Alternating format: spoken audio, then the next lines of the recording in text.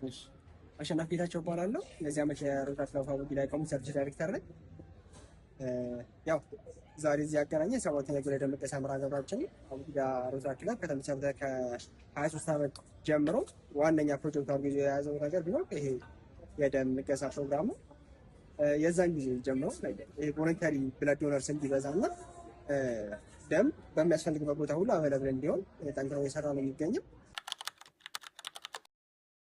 ዳታዎች እንደሚያሳዩት ከሆነ ለአንድ ሀገር ከፖፑሌሽኑ 2% ሰው ደም ለጋሽ መሆን አለበት ይላል አይደል? እኛ ሀገር ግን ያለው በጣም ከህዝባችን አንፃር በጣም ሎ የሆነ ነበር ነው ያለው ወደ 0.5 ወደዛ ከተጠጋ ራሱ እና ያ ቁጥር በሚያስፈልገው ደረጃ እንዲደርስ ለማድረግ ነው ጠንካራ እየሰራን ያለ ነው እና በየ3 ወሩ የምናደርገው በአመት 4 ጊዜ እናደርጋለን። ይሄኛው የዚህ ዓመት የመጨረሻ ዶኔሽናችን ነው በዚህ ሮተሪ ይሄ ነው ያለው። ሚካኤል ኢሳያስ እባላለሁ። የሮዛ ክለብ አቡጊዳ የቀድሞ ሜምበር እና ቋሚ ደም ለጋሽ ነኝ። እስከዛሬ ድረስ 70 ድረስ ደም ለግሻለሁ እና ሰዎችን ደም እንዲለግሱ በጣም አበረታታለሁ። ደም ላይ መለገስ በጣም ቀላል ነገር ነው። አንድ የለግሱ ሶስት ሰዎችን ህይወት መታደግ ስለሚቻል ደም ለግሱ።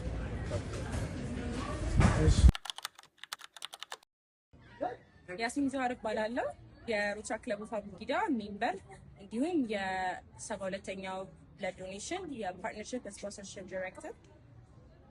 እንግዲህ ሮዛ ክለብ አቡጊዳ የብለድ ዶኔሽን ካምፔናችን ለ23 ዓመት በአመት 4 አሁን ለ72ኛ ጊዜ ነው ይህን ፕሮጀክት እየሰራን ያለ ነው።